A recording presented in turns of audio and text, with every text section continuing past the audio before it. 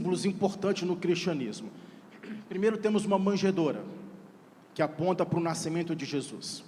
Depois nós temos a cruz, que aponta para a morte de Jesus. Depois nós temos a sepultura vazia, que aponta para a ressurreição de Jesus. E depois nós temos o trono, que aponta para o reinado de Jesus. Amém? São os 4 grandes símbolos: a manjedoura, a cruz, a sepultura vazia e o trono, que é onde o Senhor está neste momento assentado no trono. Mas hoje eu quero compartilhar com os irmãos, ela vai projetando aqui à medida que eu for falando, e ela pode ir seguindo-me. Lucas ele vai também falar sobre o nascimento de Jesus, uma abordagem diferente de Mateus, e ele está dizendo o seguinte: naqueles dias foi publicado um decreto de César Augusto, convocando toda a população do império para o censo. Por que Lucas está referindo-se aqui, colocando o nome de César Augusto? Eu tenho de falar um pouco sobre isso para os irmãos, porque Lucas aqui vai fazer uma comparação entre César Augusto e Jesus. Primeiro, o nome deste homem aqui não era César e nem é Augusto. O nome dele é Caio Otávio, e que depois passou a ser chamado Otaviano, né? Que é isso aqui, ó. César é um título, e este homem aqui, ele foi um sobrinho longe, né? Sobrinho neto, vamos dizer assim, adotivo de Júlio César. Esse nome Augustus aqui, isso aqui foi dado somente a este imperador. O Senado, no ano 27 a.C., deu no caso César, esse título, vamos dizer assim, o chamou de Augusto. E o chamando de Augusto quer dizer reverenciado, quer dizer maravilhoso, é um nome que evoca, de alguma forma, algum tipo de divindade. Nenhum outro imperador teve esse título de Augustus, nenhum outro imperador. O único que teve foi este aqui, César Augusto, e ele foi o rei do período do nascimento de Jesus. Havia uma história corrente que se passava ali, claro que não é verdadeira, que tanto este César Augusto como Alexandre o Grande eram filho de Zeus, daquela mitologia grega que os irmãos conhecem, já ouviram falar? Então, meus irmãos, esse César Augusto, ele disse certa ocasião que ele pegou Roma em tijolos, e ele iria passar Roma em mármore. Na realidade, ele promoveu aquilo que chamamos de Pax Romana, que foi a paz romana, mas uma paz diferente, porque era uma paz em cima de imposição. Então, por isso que Lucas ele está dizendo que foi na época de César Augustus, né? O homem que teoricamente promovia a paz, um homem que era por alguns tido como Deus, né? Alguma coisa assim. Ele foi o primeiro imperador a reivindicar para si a divindade, a reivindicar para si, a exigir adoração. Então foi exatamente no período dele que Jesus nasceu. Então deixe-me fazer aqui uma comparação hoje sobre César e Jesus. Eu fiz aqui algumas coisas, eu vou falar para os irmãos. Primeiro, de um lado temos César, que nasceu no palácio. Do outro lado nós temos Jesus, que nasceu numa manjedoura. De um lado nós temos César, que deu um decreto. Do outro lado nós temos Jesus, que os anjos proclamaram o seu nascimento. De um lado nós temos César, e a extensão do seu decreto era até onde Roma tinha domínio.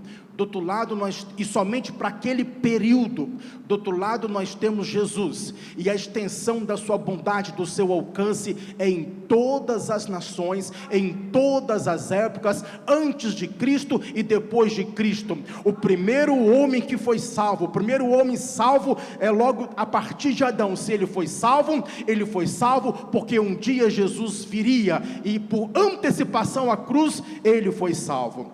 A Bíblia diz aqui, que antes da consumação, antes da fundação do mundo, ali o Cordeiro estava morto. De um lado temos César, filho de Zeus, do outro lado nós temos Jesus, filho do Altíssimo.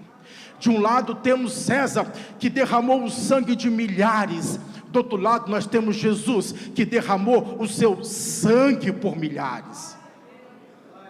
Do outro lado nós temos César, que obteve tantas conquistas, mas a morte o venceu. Do outro lado nós temos Jesus, que durante o tempo que passou aqui, teve tantas conquistas, ele morreu, mas ressuscitou, e após a sua ressurreição, as suas conquistas de fato começaram a estender-se a toda a humanidade.